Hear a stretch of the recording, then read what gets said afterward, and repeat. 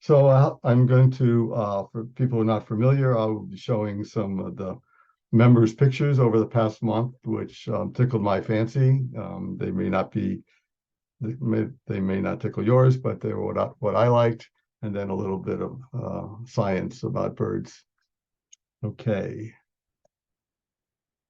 So I like this picture of a red-tailed hawk with a northern mockingbird by Josephine Cox that she took at Goody Trail about a month ago.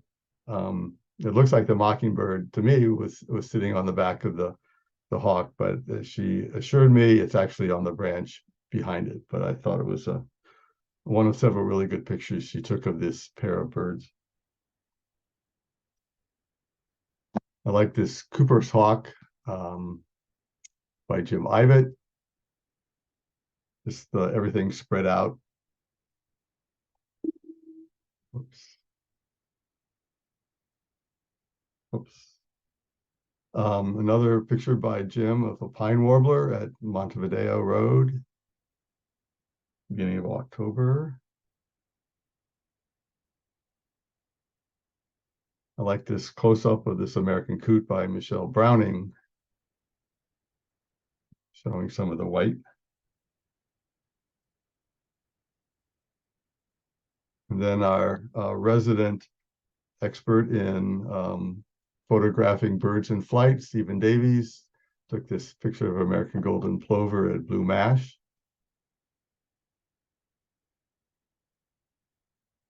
We have other experts at taking pictures of birds in flight. Here's a northern harrier by Evelyn Ralston at Blue Mash. Like where you can really, if the bird's really looking at you almost. And I couldn't resist another picture of a northern harrier by Kathy Wrights at North Branch and Kengla Trails.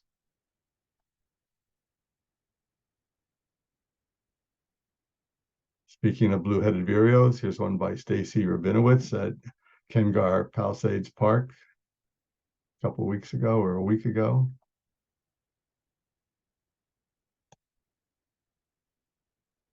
Tennessee Warbler, also by Stacy, same place.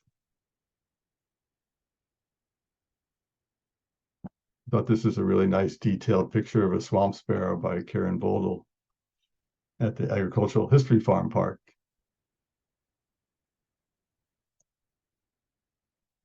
And Gail McKiernan found this Baltimore Oriole somewhat late at Northwest Branch Recreational Park just 2 days ago. And then Mark Ross took this picture of the sandhill cranes at the Green Hills Farm wetland. And I like this because it looks like the other crane is saying, okay, we're going to go over here now. So, all right. So now just a little science tidbit, and I'm grateful to Joe Cox for this one, who reminded me that I need to catch up on my science magazines. And this was a study that was done by a group at Rockefeller, and they were trying to figure out what correlated with the amount of songs and calls that birds can make. And what they found was that the larger the vocalization repertoire, which either calls, songs, or both, correlated with their ability to solve problems, problems that enable them to overcome obstacles, and not with a bunch of other learnings such as associative learning and a number of other ones that they looked at, like reversal learning.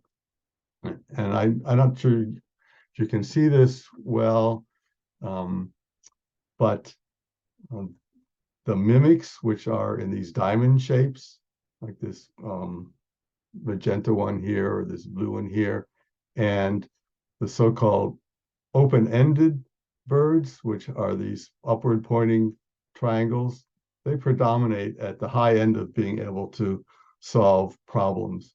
And I didn't know what close-ended and open-ended meant. It means close-ended means that the birds have a relatively um, confined period of time in which they can learn to make calls and songs, whereas open-ended birds can learn for most of their life, if not their whole life, to learn calls and songs.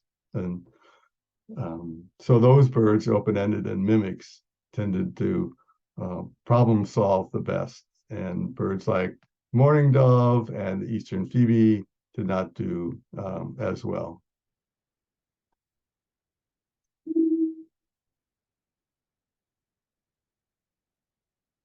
Then they tried to correlate the relative brain size of the birds versus the vocalization repertoire that they had, and also a vocal learning complexity that they derive from a number of other variables that I'm not going to get into, but would encourage you to read the paper if you're interested in that. But basically, again, the larger the vocal repertoire size, the larger the relative brain size was. And also the more vocal learning complexity they displayed, the larger their brain size as well. And the statistics were really good. So their conclusions were that the greater the vocal learning abilities of a species, the better their problem-solving skills and the better their problem-solving skills and the relatively larger their brains. And they hypothesized that genetic and cognitive mechanisms between vocal learning, problem solving, and bigger brains in songbirds are shared. So that's that little tidbit, and I think that's it for me.